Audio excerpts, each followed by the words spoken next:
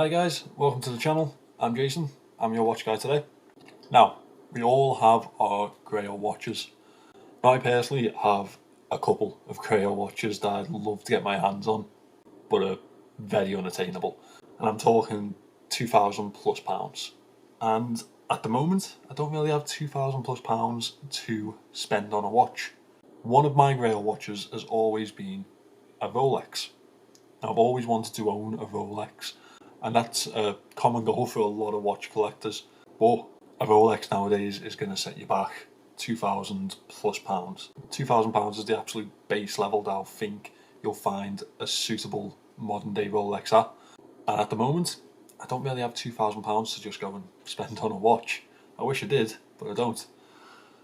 But wouldn't it be great if you could pick up your grail watch for as little as £100? That's what I'm going to do. I'm going to get my Rolex with £100. Maybe with a few extra steps, but I'm only going to spend £100. So, let me tell you the plan. I've had a lot of experience in buying watches and flipping them for a little extra, a little bit of profit on top. There's always a great deal to be had with second-hand watches. It's a brilliant market at the moment, and sometimes there's the opportunity to pick up a watch and sell it on for a little bit of a profit.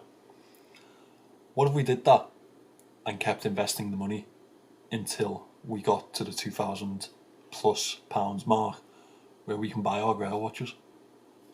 That's the plan. I have £100. I'm not going to add to the budget. I can only spend the £100 and then the profit that I've made after selling watches, and I only stop when I get to a Rolex.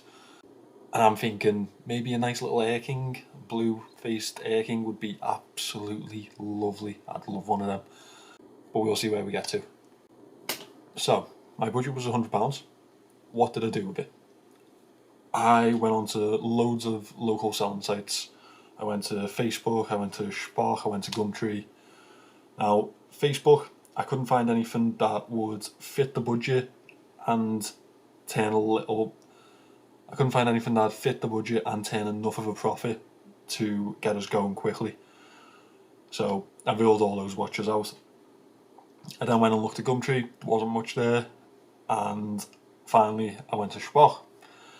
Now I looked at the Citizens, I looked at the Seikos, I looked at the Tissos, I looked at anything that I could find, and nothing really stood out to me that I could get hold of and flip quickly and make a decent profit. So I got a bit stuck until I had the brilliant idea to search for an NH35 movement. Now, we all know by now that so many micro brands use the NH35 movement because it's cheap and reliable, basically. And I thought, maybe if I can pick up a micro brand watch, probably something there that's being sold at a lower price because a lot of people haven't heard of it, and I can get in at a base level and flip it quickly. So I searched for the NH35, expecting to find loads of micro brands, and I found one advert. And it was this one. And it was the only one that I needed. It was a Aquatico Sea-Star bronze diver's watch, and it was just over our budget at £115, which meant I had to negotiate. So I messaged the guy, I said to him, look, is there any sort of deal that we can do? I offered him £90. I thought, it's below our budget. If he says yeah, that's brilliant, but it gives us room to negotiate.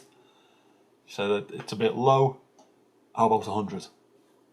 Perfect. So I grabbed this for £100. Now before that, I checked what they were selling for on eBay. The only particular model that was exactly the same as that one had sold for £300, which I thought was a bit on the high side. Brand new, these were $299, so I knew I wasn't going to get that. But I thought, in realistic terms, probably look for 200-ish type of mark, doubled my money. I bought the watch, I got it delivered, and it was beautiful, absolutely perfect. This is the Aquatico. This is probably one of the favourite watches that I've picked up recently, and it's dead sad that I'm letting it go. It's got pretty much everything you can ask for at that price range for a bronze watch. It's absolutely gorgeous. He also sent it with a couple of extra bracelets, which really helps the selling points when you're reselling. I really wanted to keep it, I really did. I tried to talk myself into keeping it so many times and just trying this with a different watch to start with. But hey ho, it is what it is, and we have eyes for a bigger target, don't we? So the idea of this is to take an item from one market, put it into a different market at a higher price.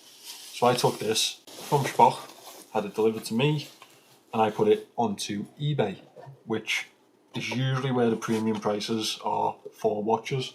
Don't get me wrong, you can often get a really good deal on eBay if you're looking at the bids, but if you're looking to sell a watch, I also advise that's the best place to go. Biggest second-hand market on the internet, in my opinion, and I understand there's a lot of fees, but if you counteract that in your pricing, it's a brilliant place to sell your unwanted items, really. So I put it online for £220, expecting people to knock me down. I put best offers in there.